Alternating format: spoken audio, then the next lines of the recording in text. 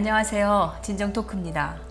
문재인 정권이 출범하고 여러 가지 이 경제 상황의 불확실성 때문에 걱정하시는 분들이 많습니다. 이 초반에 주가가 상승하는 분위기가 있었는데 다시 폭락을 했고 또 지금 물가 동향이 심상치가 않습니다. 더군다나 한반도의 안보 위기가 고조되면서 이 대한민국에 대한 어떤 외국 자본들의 투자 의지라든지 또는 이 무역 관계 이거에서 우리나라가 상당히 지금 이게 걱정하시는 분들이 많이 있습니다. 당장은 그동안에 쌓였던 그걸로 잘 넘어가는 분위기지만 장기적인 측면에 봤을 때 과연 이렇게 안정적으로 우리가 발전을 할 수 있겠느냐 하는 우려, 그리고 또 뭐 원전 중단되는 문제로 인해서 뭐 전기요금이 올라가면은 전반적으로 모든 물가가 따라서 연동 상승할 우려가 또 당연히 있고요. 이런 여러 가지 때문에 이 서민들의 고민이 깊어가고 있고 기업하는 사람들의 이 불안과 불확실성이 커지고 있습니다. 그래서 오늘은 이 경제 동향 그리고 전망에 대해서 한번 알아보도록 하겠습니다. 미디어 포럼의 이상로 대표님 모셨습니다. 안녕하세요. 예, 안녕하십니까. 경제 쪽은 뭐 오랫동안 뉴스를 하시면서 전문가, 학자 이상으로 많은 식견을 갖고 계시기 때문에 좀 제가 너무 이게 지금 불안해하시는 국민들이 많거든요. 현상을 어떻게 보고 계십니까? 지금 네, 이상로 교수님께서는. 경제 문제에 대해서 그러니까 네. 지금 현재 문재인 정부가 출범한 지 한 달 반 정도 됐나요? 네네. 많은 분들이 이제 여러 가지 우려도 하시고 기대도. 근데 먼저 경제 문제에 대해서 전망하기 전에 이 방송을 보시는 분들에게 꼭 미리 사전에 드려야 될 말이 있습니다. 꼭 뭐냐면 내가 어떤 정치적으로 어떤 사람을 지지했던 지지하지 않았던, 특히 어떤 정치적인 지지를 표시했던 사람들, 내 정치적인 표시를 지지했던 세력이 집권 세력이 됐다 하더라도 반드시 나에게 경제적으로 향후 몇 년 이후에 경제적으로 나에게 이득이 되리라는 기대는 하지 않는 것이 좋습니다. 네. 그러니까 내가 저 사람을 뽑아줬는데 네. 뽑아줄 때는 내가 경제적으로 이제 몇 년 후에는 상당히 나아지겠구나 라고 하는 기대를 하지 않는 것이 좋다는 것이죠. 이것은 좀 오해의 소지가 없게 말씀드리겠는데 이것은 우리나라 문제만은 아닙니다. 미국도 그렇고 일본도 그렇고 유럽도 그렇고 내가 사람 뽑을 때, 내가 정치인을 뽑을 때 저 사람을 대통령을 만들어주거나 수상을 만들어줄 때 기대했던 것과는 전혀 상반된 결과를, 경제적인 결과를 얻을 수 있다는 겁니다. 그것이 지금 현재 전 세계가 가지고 있는 정치 시스템의 위기이기도 합니다. 그러니까 왜냐하면 선거 때는 표를 얻기 위해서 거기에 맞는 이야기들을 하지만 실질적으로는 경제는 그렇게 돌아가지 않는다는 것이죠. 그것은 왜냐하면 그것이 폐쇄되어 있는 경제체제, 그러니까 우리나라만 해결될 수 있는 문제가 아니라 우리나라 경제는 이미 세계의 경제하고 어깨를 같이 이렇게 비비면서 살아가는 그런 유대 관계를 갖고 있기 때문에 우리 정치가가 선거 과정에서 어떤 말을 했던 상관없이 그 결과는 전혀 다른 결과를 나타날 수 있다는 것이죠. 그거는 미리 말씀드려야 되겠습니다. 네. 쉽게 말씀드리자면 정치가가 뭐라고 떠들고 뭐 선거를 하든 간에 지 마음대로 안 된다는 거 아니겠습니까? 물론입니다. 그 말씀을 미리 드리고 싶었습니다. 네. 그러면 그걸 전제를 해서 어떻게 지금 상황을 보고 계시는 건지. 일단 아까 질문하셨을 때 앞으로 경제 전망을 어떻게 하느냐, 좀 더 제 나름대로 해석해서 질문을 좀 더 줄여서 해석한다면 과연 문재인 정권 5년이 끝난 이후에 경제 성과는 어떨 것이냐에 대한 답을 미리 좀 나름대로 드리는 것이 이 논제를 풀어나가기엔 좋을 것 같습니다. 네. 따라서 5년 문재인 정부 거의 끝 무렵, 그러니까 5년 정도 후에 나타날 수 있는 현상들은 세 가지로 압축이 될 수 있습니다. 첫째는 고물가. 물가가 굉장히 높아갈 것이다. 예. 그러니까요. 예, 그렇죠. 네. 두 번째로는 어떤 문제냐면 많은 세금. 세금이 또 세금이 올 겁니다. 그 다음에 세 번째로는 많은 고실업자. 그러니까 높은 물가, 높은 세금, 높은 실업률, 이 세 가지가 그 문재인 정권 5년 이후에 나타날 결과로 예상이 됩니다. 근데 아까 그 오해 없이 말씀드렸지만 사람들은 그런 거 피하려고 그 문재인 정부를 찍었겠죠. 하지만 그것과는 상관없이 결과는 그렇게 나타날 것이다 라고 하는 것이 제 판단입니다. 지금 이 문재인 정권에서 지금 얘기하고 있는 그런 정책들을 보면 저는 뭐 말씀하시는 게 그럴 우려가 충분히 충분히 긍정이 됩니다. 예를 들면 뭐 실업을 없애겠다고 하면서 이 펼치려고 하는 그 정책이 너무나 이 장기적으로는 실업률을 높일 수 있는 우려가 있는 그런 것들이 아니겠습니까? 대표적인 것들은 이제 최저임금제인데요. 네. 최저임금, 그러니까 시간당 최저임금을 10,000원으로 올리겠다. 근데 우리가 이거를 좀 알아야 됩니다. 두 가지를 말씀드렸으면 좋겠는데 미국의 경제학자들 중에서 이런 걸 주장하는 사람이 있습니다. 정말로 이 젊은이들에게 중요한 거는 돈이 아니라 기회라는 겁니다. 그러니까 젊었을 때 돈을 를 떠나서 어디 가서 훌륭한 곳이나 어떤 자기가 하고 싶은 일을 경험할 수 있는 인턴의 기회를 잡는 것이 굉장히 중요하다. 그러니까 돈을 안 받더라도 자기가 젊었을 때 자기가 하고 싶었던 일에 수습으로 들어가서 인턴을 하는 것이 굉장히 경험을 쌓는 것이 중요하다. 그래서 이 미국에서도 최저임금제를 높이니까 이제 그 인턴 사원을 안 뽑거나 적게 뽑는 겁니다. 그러니까 원초적으로 취업을 할 수 있는 기회가 인턴을 잡을 수 있는, 그러니까 내가 가려고 하는 그 직종을 경험할 수 있는 기회가 배제된다는 것입니다. 그런데 젊었을 때 그런 기회가 배제되면 나이가 들어서 그런 기회를 얻기는 더욱 힘들다는 겁니다. 그래서 또 최근에 우리나라에서도 발표가 됐죠. 어젠가 이틀 전에 발표가 되는데 만약에 최저임금이 시간당 10,000원으로 오르게 되면 지금 현재 외식업, 음식점에 종사하는 종사자의 13% 정도가 실직하게 될 것이다. 네. 실질적으로 식당의 주인들 만나보면 지금 많은 연구들을 하고 있는데요. 어떻게 하면 사람을 줄일 것인가. 그래서 요즘 보면 식당에 가보면 이게 물은 셀프입니다 이렇게 써놓은 식당이 굉장히 많이 늘릴 겁니다. 그러니까 물을 셀프라는 얘기는 물은 갖다 이렇게 먹는 거 아니에요. 물을 셀프를 하는데도 인건비가 상당히 절약된다는 겁니다. 그래서 이제 물의 셀프뿐만이 아니라 설거지까지 해주고 가면 돈을 깎아주겠다는 식당에 나온다는 것이죠. 그러니까 요즘에 웬만하면 또 반찬도 셀프입니다. 예, 맞습니다. 예. 그러니까 이제 점점 그렇게 오히려 몇 푼 더 준다고 괜히 입찬 소리 했다가 네. 지금 직장을 다 뺏고 있는 상황이잖아요. 최저임금 10,000원이 네. 미국의 어떤 도시는 깎았어요. 최저임금을 깎았고요. 지난번 통계에 의하면 미국의 뉴욕주는 최저임금을 올리니까 네. 자영업, 식당이 많이 문을 닫는 데가 생겼고 실업자가 많이 늘어났습니다. 그래서 최근에 다른 도시에서는 최저임금을 깎았습니다. 그래서 최저임금을 올리는 것이 반드시 젊은이들의 취업에 도움이 된다라고는 말씀드릴 수 없고, 아마 여기는 도움이 될 겁니다. 어떤 부분이 도움이 되냐면 자영업자들이 어떻게 하면 사람을 고용하지 않고 영업을 할 수 있는 시스템을 개발하는 데는 시스템을 개발하는 데는 또 그렇고 그 시스템에 필요한 장비들을 개발하는 데는 그런 산업은 아마 우리가 앞서 나갈지 모릅니다. 그러나 실질적으로 사람을 고용하게 되는 거는 어려울 겁니다. 근데 그런 시스템을 개발하는데 네. 많은 인력이 더 필요해서 일자리가 창출되는 거는 또 아니지 않습니까? 점점 인력을 어떻게 하면 인력을 어떻게 하면 줄이느냐. 내 시스템에 개발될 것이고 그러니까. 장비가 개발될 것이라는 네. 것이죠. 그거는 확실합니다. 그러니까 그 산업은 발전할 겁니다. 일자리는 하여튼 없어지는 겁니다. 네, 그거는 없어진다고 봐야 지금 하는 민노총을 비롯해서 지금 많은 노동자들이 지금 전부 들고 일어나가지고 말하자면 채권 회수하려고 하는 꼬라지들이에요. 보면은 내가 당신 당선되는데 기여했으니 우리가 원하는 거 다 내놔라. 그 중에 하나가 최저임금제에 시간당 10,000원씩 계산해서 우리가 월급을 더 올려받을 수 있도록 해라. 그 다음에 꼭 정규직이 아니어도 될 것 같은 직종의 모든 사람들이 전부 들고 일어나서 정규직으로 해달라.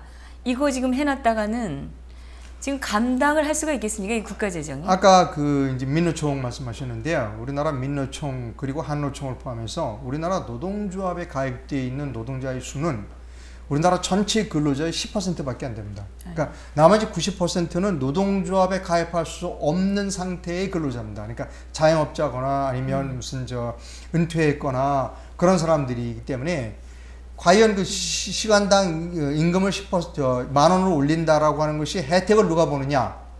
기존의 그 노동조합에 가입되어 있는 사람을 제외한 나머지 사람에게는 더욱더 가혹한 조건으로 이 조건이 작용할 그럴 가능성은 상당히 높습니다. 말하자면 더욱더 어려워지는 것이요. 그 사람들 고용의 기회가 점점 없어지는 겁니다. 그러니까요. 네. 그래서 아까 말씀드렸듯이 그 문재인 정권 5년 이후에 실업자가 늘어날 거다라고 하는 것은 시간당 최저임금제가 올라가면 그렇게 사람을 사용하지 않는 쪽에 장비나 산업은 발전하지만 실질적으로 실업자들은 많이 늘어날 것이다 라고 하는 것으로 말씀드릴 수 있습니다. 지금 이 실업률을 낮추기 위해서 공무원 수를 늘리겠다고 하는 그 정책은 어떻게 생각하십니까? 예, 이제 공무원의 근데 결국 이 민간이 고용을 못하니까 정부가 고용하겠다는 거거든요. 근데 그것은 뭐냐면 공무원이 늘어난다는 얘기는 결국 세금으로 그 사람들의 인건비를 주고 그 사람들의 실업률, 말하자면 취업률을 높이겠다는 건데, 글쎄요, 이 정보 자산을 취득하는 비용이 엄청나게 많이 들어간다는 것이죠. 굉장히, 그래서 이걸 국산화할 수 있는 장비도 아닙니다, 이거는 결국 사와야 되는 장비고, 이런 거를 파는 데는 지금 국한돼 있어요. 역시 미국입니다.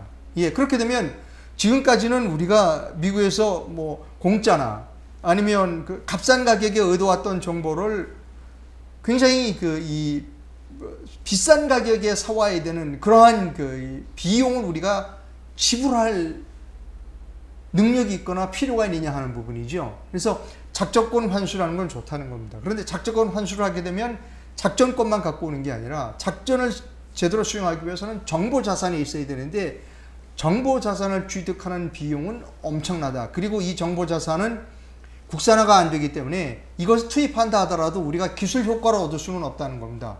따라서 앞으로 국방 부분에 있어서도 엄청나게 많은 예산이 들어가게 될 것이다. 따라서 아까 말씀드렸듯이 부동산 가격은 오르게 될 거고, 그 다음에 에너지 가격이 오르게 될 거고, 그 다음에 국방비가 오르게 될 거고, 그렇게 돼서 전반적으로 물가가 고물가가 될 것이다. 그리고 실업률은 높아질 것이다. 또 하나 있어요. 좀 언짢은 말씀 좀 드려야 되는데, 저는 정치적인 여도로 말씀드리는 건 아니고요. 교육비가 앞으로 많이 들어가게 될 겁니다. 그러니까 지금 현재의 이제 교육 정책을 좀 말을 들어보면 평준화하겠다, 그다음에 학군을 없애겠다, 이런 얘기는 옛날에 한번 해봤던 거거든요. 어떤 부모가 이제 대한민국엔 경쟁이 없어졌구나.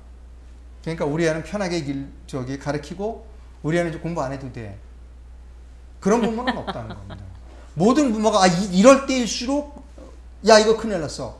이럴 때일수록 우리 아이만큼은 실력 있는 사람을 길러야 돼, 이거거든요. 결국 사교육비는 늘어날 수밖에 없습니다. 그리고 이제 해외로 보내는 사람들이 더 많죠. 그러니까 우리 교육 시스템 가지고는 안 돼. 이게 나중에 큰일 날 거예요. 지금 국제화 사회에서 내 아들과 딸이 제대로 인간답게 나가서 직업을 잡고, 그 다음에 경쟁에 반열에 서기 위해서는 해외에서 공부해야 돼. 또 국내에서도 나는 다른 사람이 안 할 때 더 공부해야 돼. 그러니까 사교육비는 늘어날 수밖에 없는 그런 시스템. 그래서 국방비가 늘어나게 될 것이고, 사교육비가 늘어나게 될 것이고, 부동산 가격이 높아질 것이고, 또 에너지 가격이 높아지게 될 것이고, 그래서 전반적인 물가가 높아지고, 물가 또 세금은 높아질 것이고, 또 복지 또 많이 한다고 그러지 않습니까? 복지 수요는 늘어나게 될 것이고, 그것이 문재인 정부 5년 결과로 나타날 가능성은 지금 현재로서는 높다. 하지만 희망적인 이야기도, 희망적인 찬스도 있습니다. 희망적인 얘기도 해주세요. 빨리 바꾸면 되죠. 정권을. 아니요, 제가 그 말씀이 아니라 아니 정권을 바꾸지 않고 뭘 바꿀 수가 지금 있겠습니까? 정부가 문재인 정부가 생각하고 있는 표를 얻었을 때의 그것과 실제로 정책을 180도로 바꾸면 됩니다. 과감하게 바꾸면 근데 됩니다. 그거는 아마 어려울 겁니다. 왜냐하면 지금 전자권 회수라든지 또 원전 폐쇄라든지 이런 것들이 이 지금 정권에 관계한 사람들이 지난 십수년 뭐 그 이전부터 계속해서 신념처럼 가지고 있는 것들을 실현하는 겁니다. 그렇기 때문에 이거를 다 뒤집는다? 이거는 기대하기 어려운 게 아닐까. 왜냐하면 그 사람들 머릿속에 이 아로 새겨져 있는 그 신념, 이념이라는 거는 그렇게 쉽게 바뀌는 게 아니라는 거죠. 그래서 제가 좀 아쉬운 부분이 있습니다. 네. 어떤 부분이 아쉬운가 하면 뭐 문재인 정부 대통령 선거 때 보면 이런 말들을 많이 했어요. 그 캠페인이나 선거 캠페인 때 우리는 준비돼 있다. 우리는 정권을 잡으면 잘 할 준비가 되어 있다. 그러니까 많이 공부를 했다는 얘기인데 이렇게 딱 뚜껑을 열고 보니까 그래서 좀 서운한 말일지 모르겠습니다만 준비는 안 된 것 같아요. 공부하지 않았어요. 그러니까 신념은 좋아요. 그 신념 하에 그 신념을 어떻게 현실화시킬 것인가에 대한 신념이 뭐가 좋다고 보십니까? 어떤 신념이 좋다고 보십니까? 그러니까 이런 거죠. 서민을 잘 살게 하겠다. 그리고 그다음에 그 힘없는 자도 잘 살 수 있는 국가를 만들겠다. 이건 굉장히 좋은 신념이죠. 아니 그거야. 그러하기 위해서는 방법론은 연구를 했었어야 된다는 겁니다. 근데 그런 방법론을 연구하지 않았어요. 가난한 사람들도 정말 먹고 살만하게 된 것은 그들이 그토록 비판하던 박정희 정권에서 이루어졌던 일입니다. 그리고는 그 반대적인 그 말로 하는 그 순전한 레토릭에 불과한 이야기들을 하고 있는 거죠. 전혀 그걸 실천하기 위한 공부가 안 돼 있는 사람들이 말만 하고 있는. 공부는 좀 안 된 것 같아요. 네. 물론 그런 신념을 갖고 있으면 그 신념을 어떻게 현실화할 것인가에 대한 치열한 공부가 필요했죠. 그러니까 한마디 여기서 운동권들이 원래 공부는 안 합니다. 운동하러 돌아다니느라고. 네. 미국의 로버트 라이시라는 사람이 있는데요. 네. 그 사람은 이제 젊었을 때 영국의 장학금을 받고 대서양을 건너서 배를 타고 가다가 클링턴이라는 젊은 사람을 만났어요. 그래서 클링턴 대통령하고 친하게 지냈고 클린턴이 이제 대통령 되고 나서 초대 노무부 장관, 노동부 장관 한 사람이 로버트 라이시라는 사람입니다. 로버트 라이시가 책을 썼는데 그게 뭐냐면 좌파가 공부해야 된다. 그리고 무조건 국민들을 잘 살기 위해서 세금을 높여야 된다라고 얘기하는 사람이 가장 공부를 안 한 사람이다. 세금 높인다고 해결되는 문제가 아니다. 그리고 로버트 라이시가 책에 보면 어떻게 하면 국민들을 잘 살게 할 것인가에 관한 아주 구체적인 이야기들이 써 있어요. 그러니까 예를 들면 법인세 문제도 이렇습니다. 법인세 문제 한 가지 예를 들면 저 사람이 지금 굉장히 공부를 많이 했구나, 연구를 많이 했구나. 우리나라도 이런 책을 보고 좀 좋은 제도를 받았으면 좋겠다라고 하는 아이디어 중에 하나는 뭐냐면 우리는 기업 보고 최저임금 높여라. 그 다음에 정규직을 고용해라. 이렇게 얘기를 하지 않습니까? 그리고 법인세는 높이겠다. 근데 로버트 라이시는 그렇게 하는 것이 가장 연구를 하지 않은 사람들이라는 겁니다. 그렇게 얘기하는 거는. 그럼 연구를 한 사람들은 어떻게 하냐면 이렇게 해야 된다는 것이죠. 오케이. 당신이 법인세를 깎아주겠다, 내가. 법인세를 깎아주겠다. 근데 법인세를 깎아줄 때는 존재 조건이 있다. 예를 들어, 전체 직원 중에 몇 % 이상 정규직을 고용하고, 그 다음에 기업의 전체 근로자의 평균 임금하고, 최고 CEO가 받는 임금의 차이가 어느 정도 되는가를 수치화해서, 그러니까, 결국은 이 얘기입니다. 근로자의 임금을 높여주고, 그 다음에 정규직을 많이 채용하는 기업에는 비례해서 법인세를 깎아주겠다.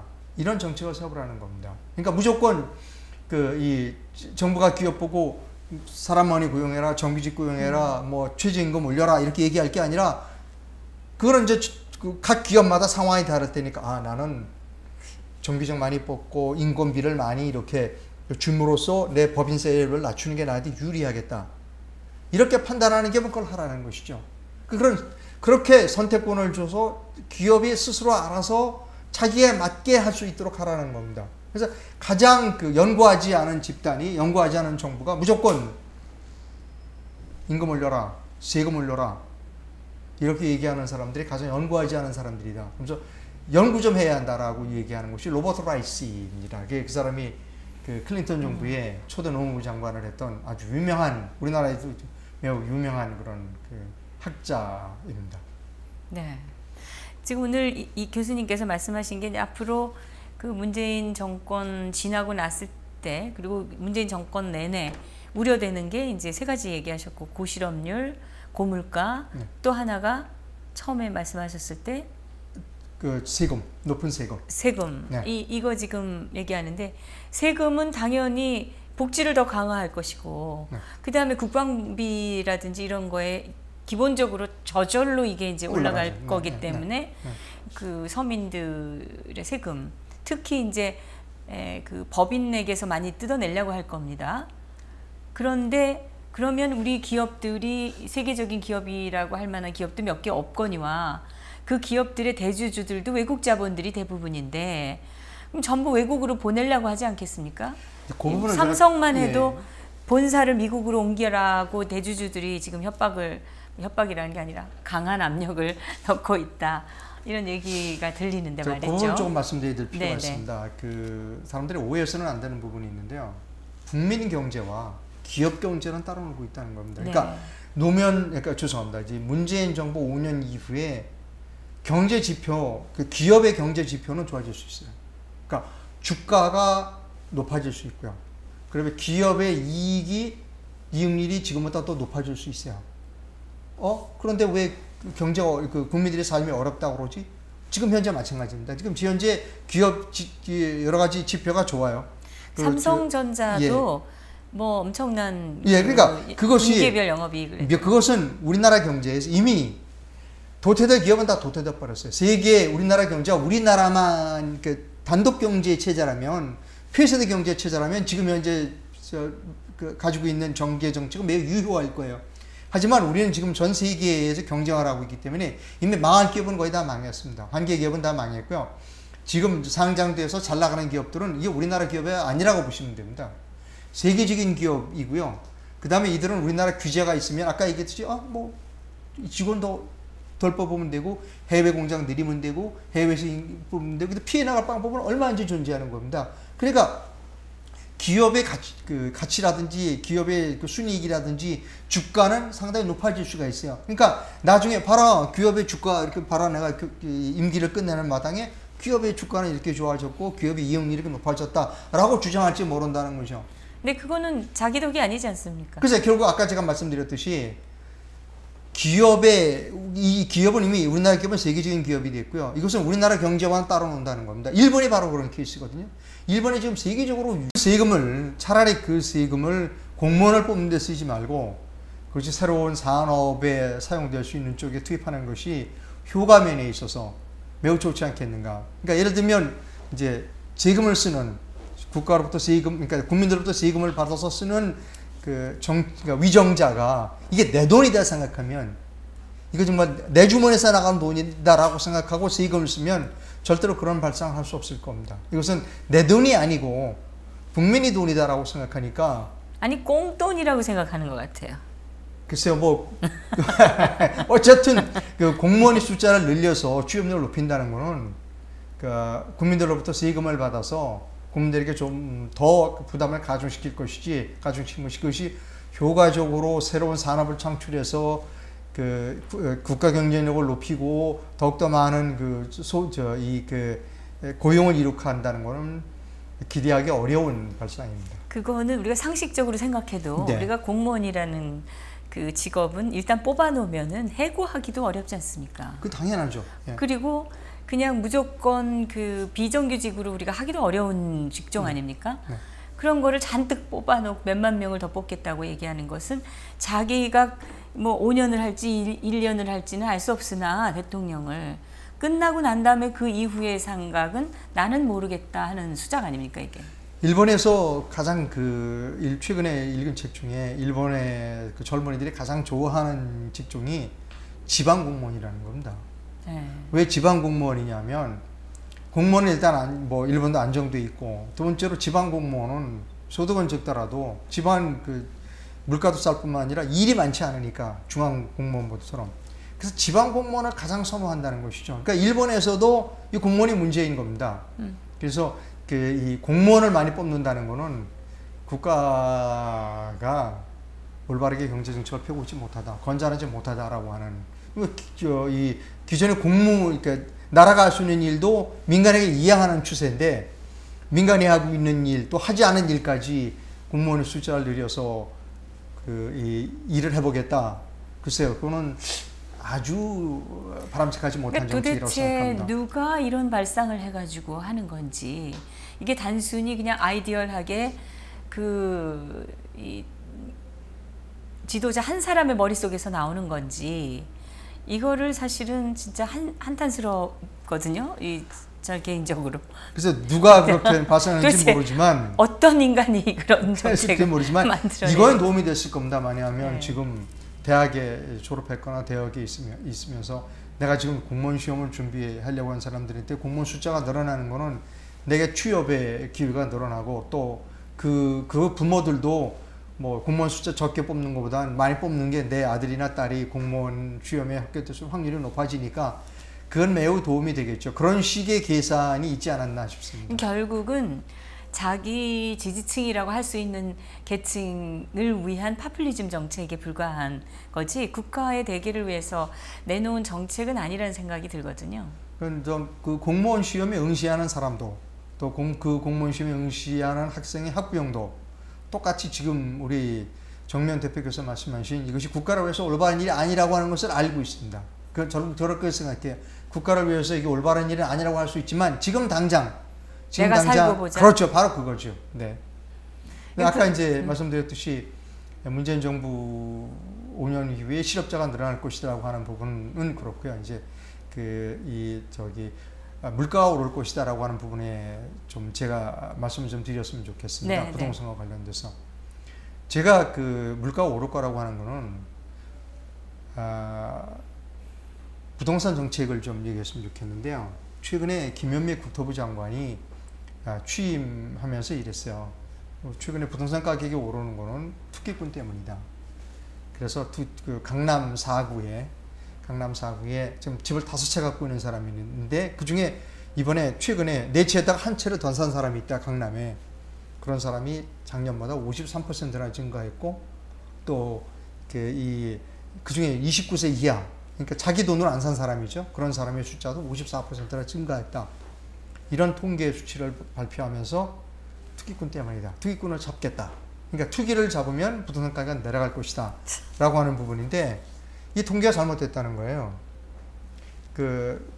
중앙일보 보도에 의하면, 또 다른 부동산 전문가에 보면 이 통계는 왜곡됐다.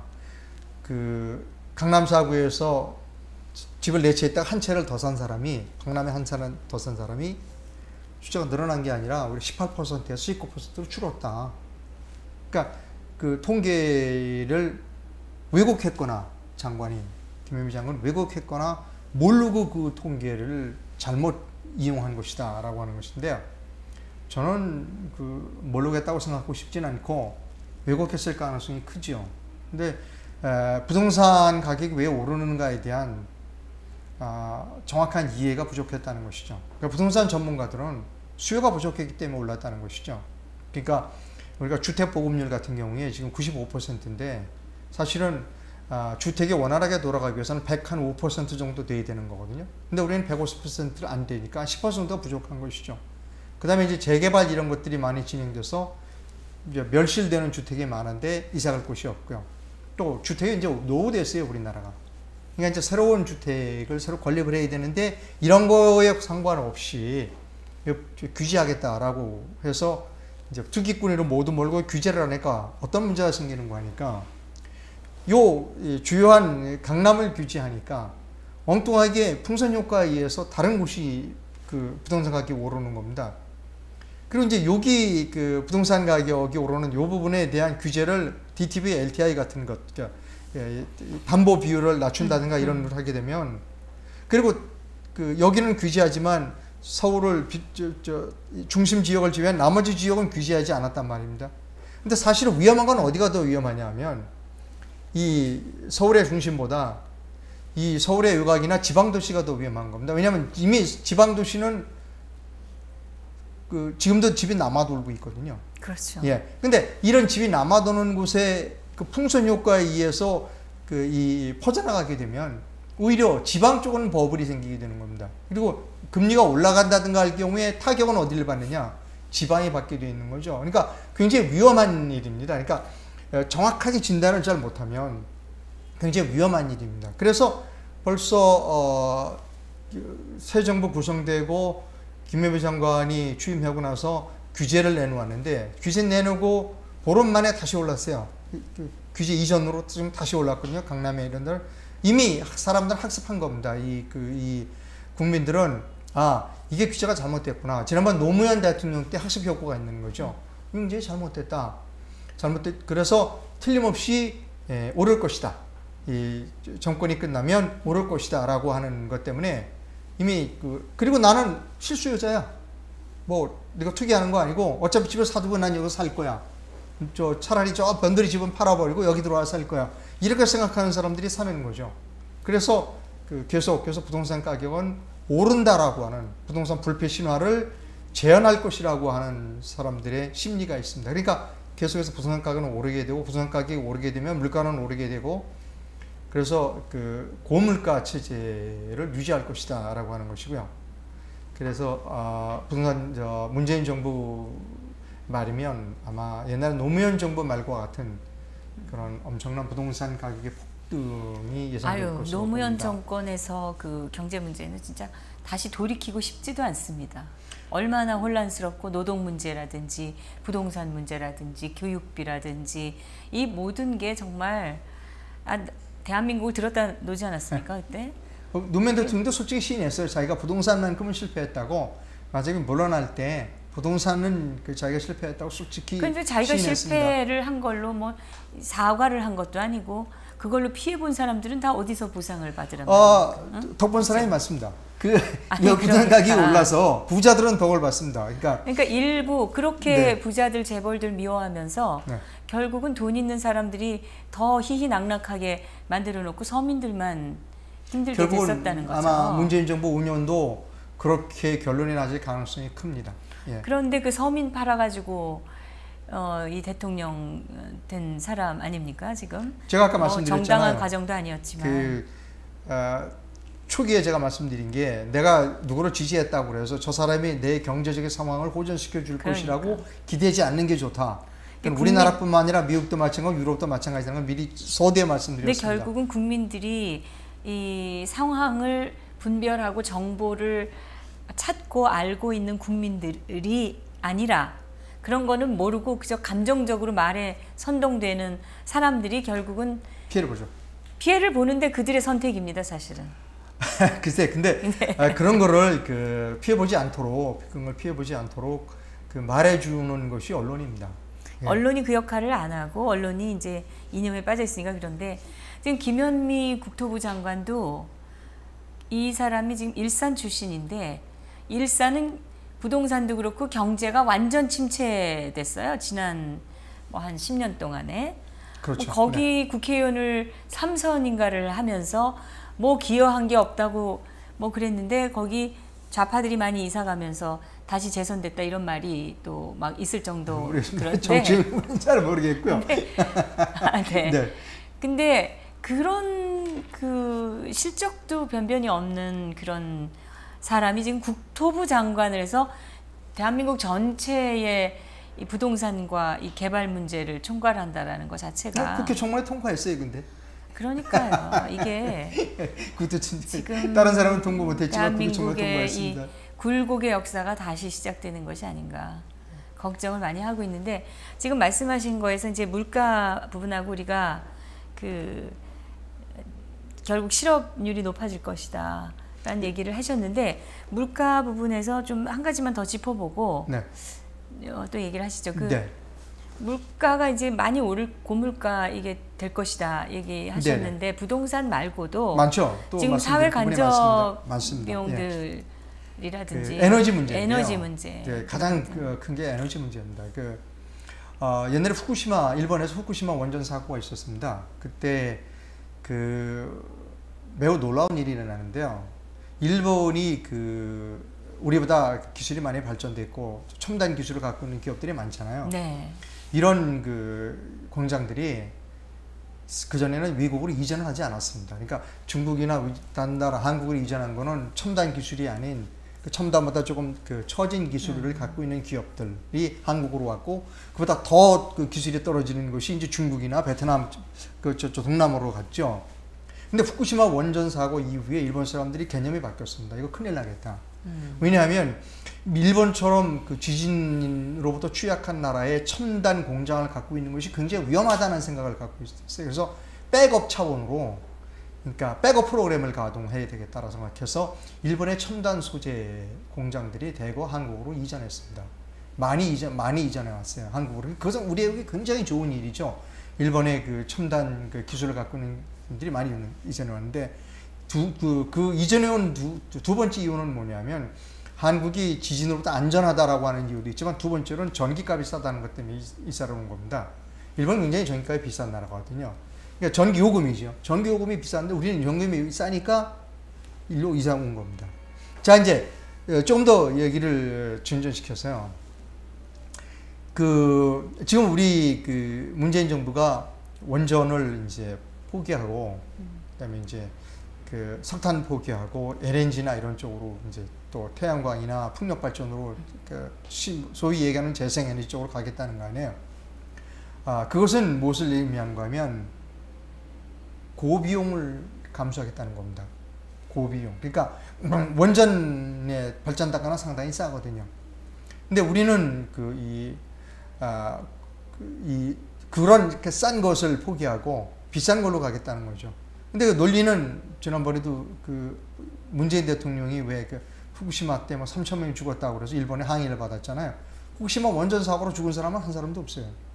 지진으로 죽은 사람이지. 그러니까 대통령이란 사람이 뭘 좀 알고 얘기해야 되는데 글쎄요, 정보도 없이 마구 짓거리니까. 근데 그거는 참모들에게도 영향이 있겠죠. 어쨌든 그러니까요. 일본 정부가 정식으로 항의했어요. 그러니까 정확하지 못한 통계, 정확하지 못한 자료를 바탕으로 원전 너무나 좀 감성적이라고 할까요? 깊이 있는 생각이 아닌 것으로 원전을 포기를 하니까 그 대가는 엄청나게 많은 경제적인 대가를 지불해야죠. 전기요금이 상당히 올라가야 되고요. 그러니까요. 그다음에 또 하나는 문제는 우리나라가 상당히 원자력 발전의 선진국입니다.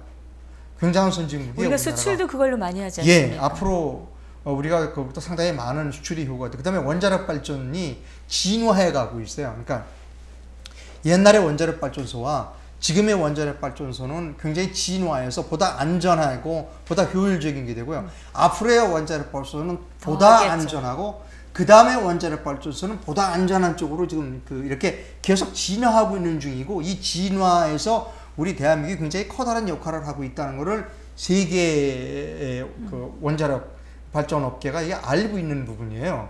근데 이걸 포기하겠다는 거거든요.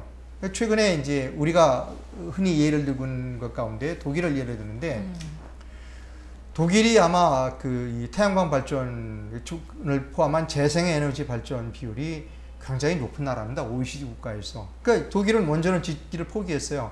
봐라, 독일 저렇게 원전 포기하고. 아니, 독일의 3분의 1만이라도 우리가 이 사회적 시스템이라든지. 근데 재밌는 거를 말씀드리면 있는 다음에 독일하고 비교를 해야지. 올해 네.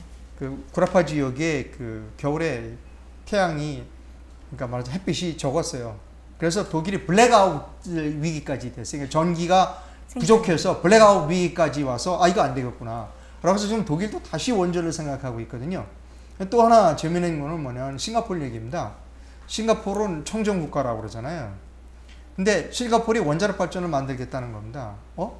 싱가포르이 원자력을 만들어? 근데 재미있어요. 발상이 재미있습니다. 어떠냐면 원자력 발전의 가장 반대 요소는 뭐예요? 위험이거든요.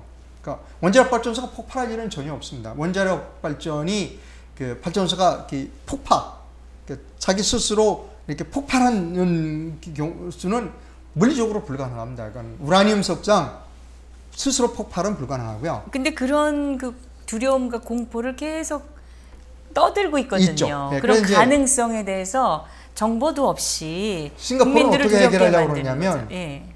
그 뭐 걱정할 게 뭐냐. 원자력 발전소는 바지선에 건설하자. 바지선에. 그리고 바지선에 이렇게 원자력 발전소 만들고 그 바지선을 해안가에 바짝 붙이자. 그다음에 이제 그 이 바닷물을 냉각수로 사용할 수 있잖아요. 쉽게. 네. 근데 혹시 만에 하나 잘못돼서 이게 사고가 생겨서 뭐 방사능이 후쿠시마처럼 이렇게 방사능이 나온다 그러면 벌써 끌고 먼 바다에 가서 빠뜨려 버리면 끝이다 이거예요. 그러니까 그 발상의 전환도 있는 거거든요. 그러니까 그 이 원자력은 위험하다, 나쁘다라고 하는 것을 오케이 그걸 받아들였다면 우리 국민들이 받아들였다면 비용은 생각해야 된다는 것이죠. 모든 건 공짜는 없잖아요. 그만큼 나는 비용을 더 많이 내겠다, 세금을 더 많이 내, 전기 요금을 또 세금을 더 많이 내겠다라고 하는 것이죠. 그래서 아까 제가 말씀드렸듯이 문재인 정부 5년 이후에 그 물가가 뛸 것이다라고 하고 또 세금이 높아질 거다라고 하는 이유는 우리가 에너지 측면으로도 부동산 때문에 물가가 뛸 것이고 그 다음에 그 세금도 많이 걸게 되는 게 에너지 때문이라도 우리가 에너지원을 바꾸게 되면 세금을 많이 내야 될 것이다 라고 하는 부분이고요. 또 하나 있어요. 우리가 근데 또 에너지 값이 올라가면 네. 모든 생산품의 가격이 다 올라갈 거 아닙니까? 그러니까 물가가 올라갈 수밖에 물가가 없죠. 엄청나게 올라갈 건데 지금 당장 우리가 그 원전 지금 짓다가 대통령이라는 자의 말 한마디에 중단시키지 않았습니까? 그걸로 인해서 2조 6천억짜리 프로젝트가 지금 중단해서 그만한 그 돈이 지금 그 손실로 지금 넘어갈 위기에 처해 있고 거기에 투입될 예정이고 또 투입돼 있던 총 5만여 명의 그 말하자면 그 참여했던 분들이 네. 일자리를 잃는 이런 위기가 지금 말씀하신 지금 부분은 당장. 조금 그 이 보충 설명이 필요한데요. 네네. 그 지금 새로 짓고 있는 원자력 5호기 6호기를 저기 폐쇄한 건 아니고 중단하고 그러니까요. 3개월 동안 이제 뭐 시민위원회나 이런 그 토론 공론을 거쳐서 영원히 폐쇄할지 말지 결정하자는 제가 그걸 거죠. 중지를 시켰다고 네, 중지를 시켰죠. 네, 예, 그래서 말씀드렸죠. 이제 지금 뭐 난리가 났더라고요. 뭐 건설사들은 소송하겠다 뭐 이런 거 나오는데, 근데 그거는 그 시민단체나 비전문가가 결정하는 문제는 아니에요. 그러니까 그 에너지 문제에 굉장히 그 과학자, 그 전문가들이 그 결정을 해줘야 될 문제이지 그것이 시민들이 결정해야 될 문제. 그러니까 시민들이 모여서 공청회를 해서 결정할 문제가 아니지 않습니까? 그렇죠. 네. 근데 그걸 통해서 이걸 결정하겠다 그러고 중지시켰으니까, 근데 결국은 이게 중지되고 결국은 이게 없던 일로 될 가능성이 있지 않느냐, 이런 우려들을 많은 분들이 하고 있는 겁니다. 그냥 당장 그렇게 하기에는 좀 눈치가 보이니까 뭐 석 달 동안 뭐 일단 일시 중지해서 여론을 들어보겠다 이렇게 얘기를 하지만, 사실 여론 그 조사 기관들이 대부분 좌파들이 많고 지금 여론이 제대로 수렴이 되거나 전달되고 있지 않다라는 그 또 국민들이 굉장히 그런 여론들이 또 많이 있는 상황이고, 네.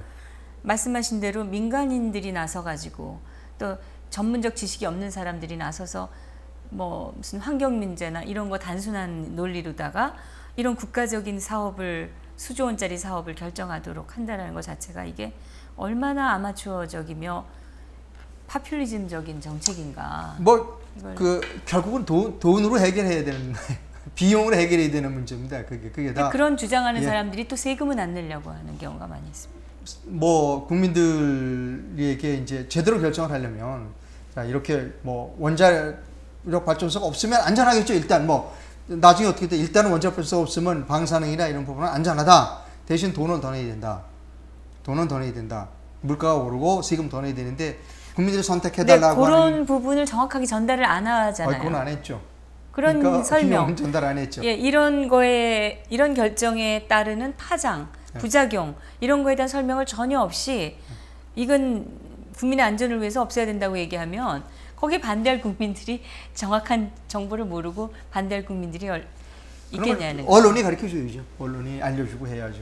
그게 언론이 언론의 그 역할입니다. 역할을 잘 하고 있다고 생각하십니까? 지금 우리 정 대표님 하시는 것도 크건 적건 간에 그 언론입니다. 근데 이것도 그 SNS도 요즘 새롭게 자리 잡은 그 언론 매체이고요. 그 우리 정 대표님 하시는 것도 그 언론 사업의 일종입니다. 열심히 하시죠. 네. 이상로 교수님 말씀을 들으니까 또 아마 들으시면서 분노하시는 국민들이 많이 생길 거예요. 그리고 걱정하시는 분들이 생기는데 이게 진실을 알린다는 게 점점 들으면서 화가 나는 일이 되니까 뭐 좀 더 화나는 일 좀 더 말씀드려야 될 것 같고요. 네. 그 이제 우리가 비용이 더 늘어나는 부분이 이제 그 안보 분야인데요. 그래서 정치적인 거는 저는 잘 모르지만 네. 그 경제적으로 말하자면 이제 문재인 정부는 그 작전권 환수 같은 것들을 빨리 우리가 환수하고 그다음에 우리가 자주국방을 해야 된다라고 하는 문제인데요.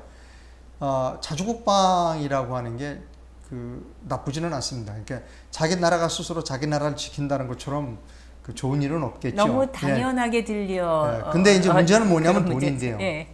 그러니까 우리가 자주국방을 하기 위해서는 이렇게 작전권을 갖고 나오지 않습니까? 일단 뭐 작전권 환수, 작전권을 갖고 있지 못하는 군대가 무슨 군대냐 이렇게 얘기하면 그 감정사는 국민의 감정을 자극하고 박수를 받을 수 있는 말이거든요. 오케이, 그러면 저기서 보면요, 군대에서는 군대 갔다 오시면 알 수 있지만 가장 그 군대에서 중요한 건 인사 정보 작전이거든요. 그러니까 작전이 있으려면요, 앞에 정보가 앞에 따라와야 돼요.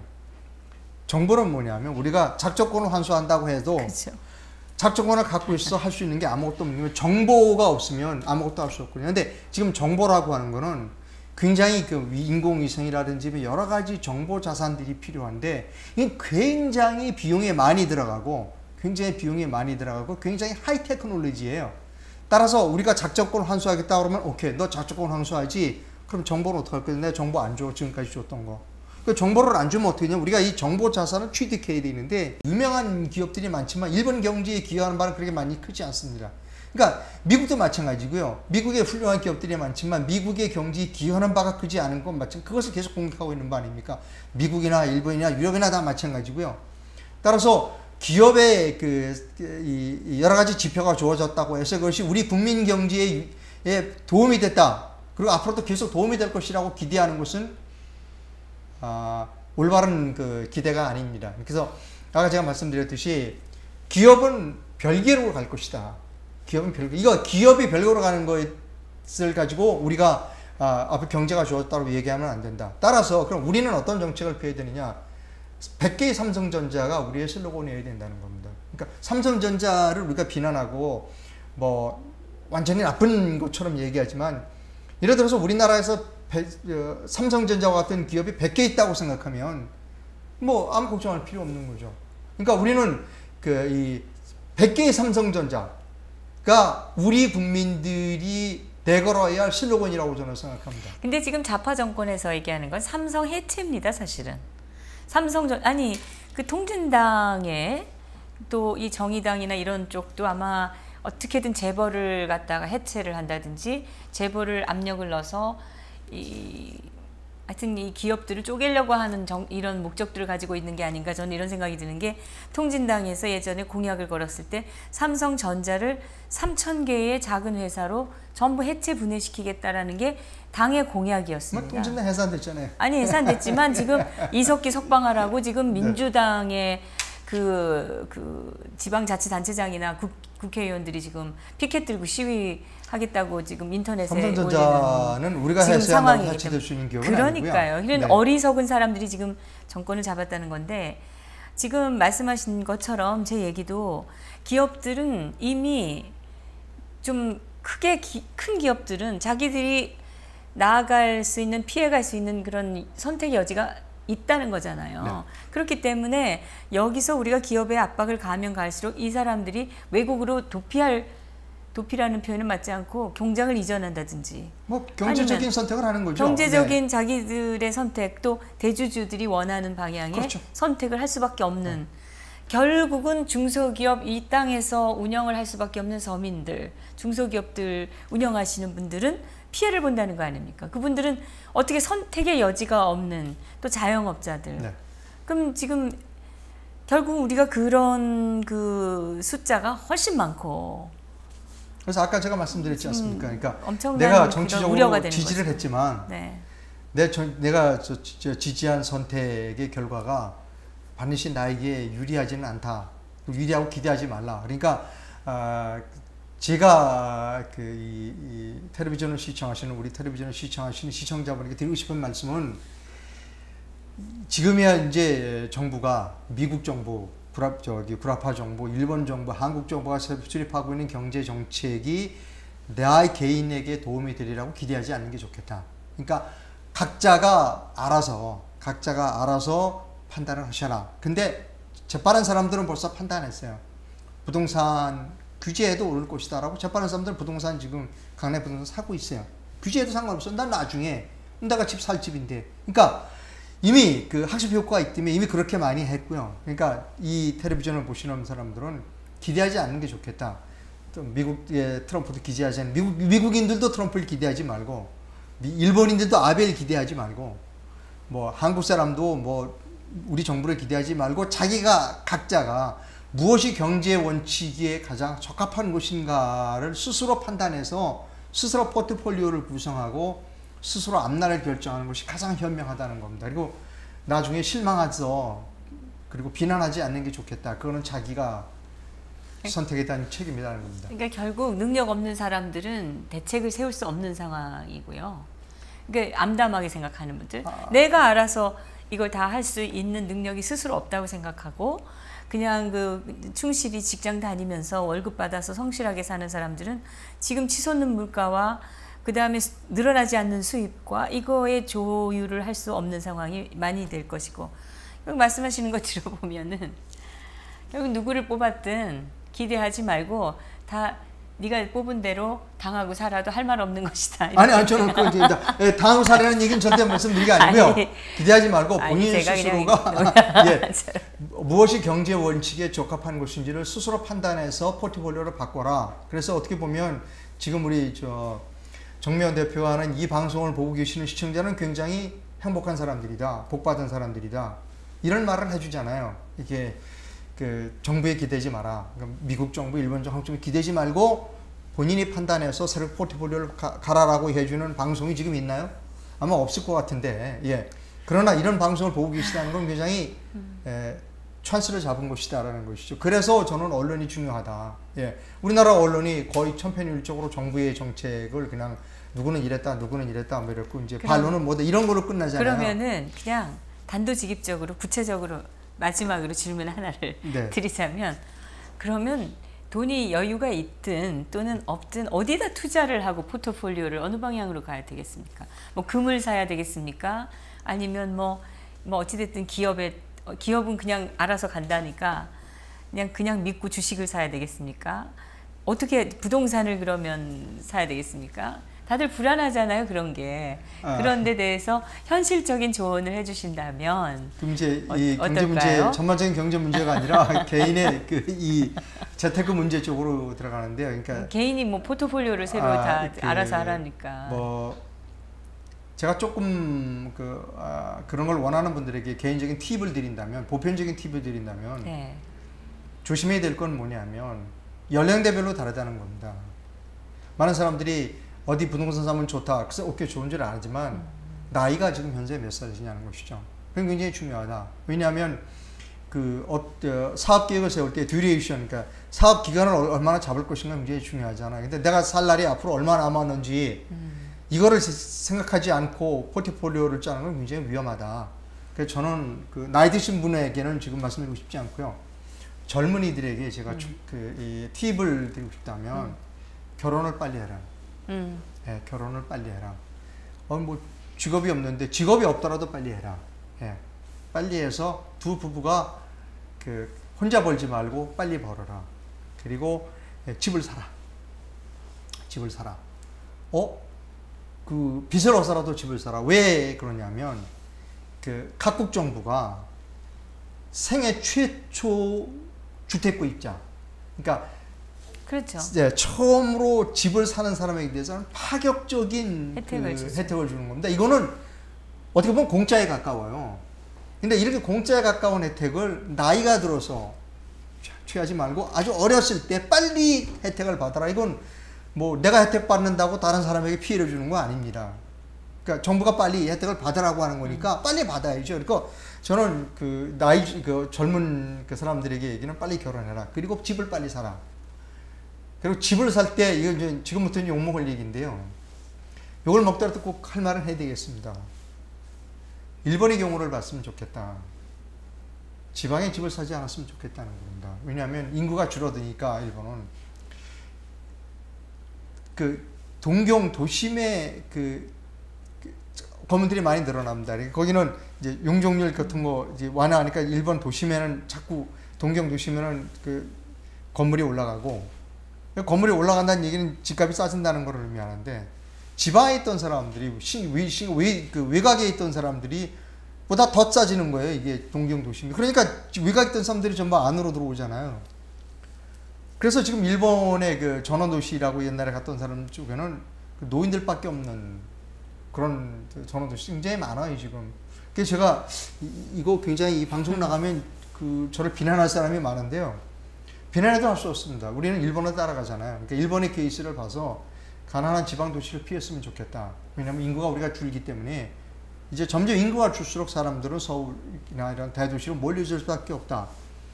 따라서 집을 살 때 지방자치단체장님들한테는 제가 뭐 굉장히 그러니까 너무 염려하지 마시고 그냥 하시고 싶은 얘기를 하시자면 결혼 빨리 하고 집을 사라. 집을 살 때는 국가에서 주는 혜택을 듬뿍 받아라. 예. 그리고 가능한 한 도심에 살아. 그리고 지하철 역세권에서 멀지 않은 곳에 살아. 또 하나 팁을 드릴까요? 그래도 괜찮겠어요? 시간이 괜찮겠습니까? 각 구청에 가서, 각 구청 그 복지과에 가서 그 0세부터, 그러니까 태어나서부터 그 받아주는 그 유아원이 있는 그 여유가 있는 구청이 있습니다. 그건 왜냐하면 이제 아기를 낳을 거 아니에요. 그러면 결혼하는 부부가 아기를 낳으면 그쵸, 뭐 친정부모나 시부모가 맡아줘야 되는데 그것도 사실 어렵고 비용이 들어가니까 그 가장 이 가까운 지하철역에서 가장 가까운 곳에 구립 유치원이 있는, 민간이 아니라 그런 구립이에서 그 구청에서 운영하는 그런 유아원이, 어린아이부터 길러주는 유아원이 있는 곳에 집을 사라. 그렇게 하면 아이가 이제 뭐 초등학교 졸업할 때까지 이사 안 해도 굉장히 안정되게 살 수 있잖아요. 그래서 젊은이들은 결혼 빨리 하고 국가에서 준 혜택을 듬뿍 받고, 그 다음에 그 구립 유치원이 0세부터 어린 갓난아기부터 받아주는 수 있는 여력을 갖고 있는 그 유아원이 있는 구청 전철역 가까운 곳에 집을 사는 것이 가장 좋겠다, 이런 생각을 하고요. 그 다음에 그 주식 투자를 두려워하지 않았으면 좋겠다. 네. 그 주식은 이제 집을 사고 여유가 있으면 조금씩 주식 투자를 하는데, 어떤 주식을 사야 하냐면 지금 현재 가장 핫하다고 할 수 있는 4차 산업 주식이 있죠. AI라든지 그런 쪽, 뭐 구체적으로 좀 페이스북이라든지 그 다음에 뭐 구글이라든지 이런 기업들은 굉장히 연구 투자를 많이 하잖아요. 페이스북에 대해서 제가 좀 말씀드리면요, 앞으로 세계에서 가장 큰 메가뱅크, 가장 큰 은행으로 발전할 수 있는 기업은 페이스북이에요. 그러니까 아마 그 페이스북이 세계에서 가장 큰 국제은행으로 발돋움할 겁니다.